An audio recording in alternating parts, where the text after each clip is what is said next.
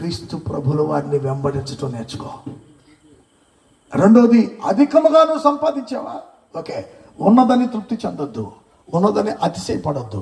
దాన్ని ఖచ్చితంగా దానిలో కొంత వాటా పేదవారి కొరకే దేవుడు ఇచ్చాడు. ఈ మధ్య 2 రోజుల నుంచి నేను ప్రార్థన చేస్తున్నప్పుడు ప్రభు నాతో ఒక విషయం మాట్లాడాడు. ప్రభా, మా చర్చలో చాలామంది పేదవాళ్ళు ఉన్నారు, కొంతమంది. వాళ్ళ గురించి నేను బాగా ప్రార్థన చేస్తున్నా. ప్రభా, ఏంటి వీళ్ళ పేదరికం, ఎంత ప్రార్థన చేసినా వీళ్ళలో ఐశ్వర్యం రావట్లేదు, ఆశీర్వాదం. ఏదో ఒక కనువిప్పు కలిగినట్టుగా దేవుడు నాతో మాట్లాడాడు. ఎందుకు తెలుసా? ఒక ధనవంతుడిని, ఒక పేదవాడిని చూపించాడు. ధనవంతుడికి ధనం ఎందుకు ఇచ్చాడంటే, అతడు ధనములో పేదవాడికి ఏముంది చెప్పండి? చూడారు, చూస్తున్నారు? అతని ధనంలో పేదవాడికి ఏముంది? అదే ఆపేసాను, నాకు తెలుసు. అంటే మా ఊళ్ళలాగా ఉండరు మీరు కూడా.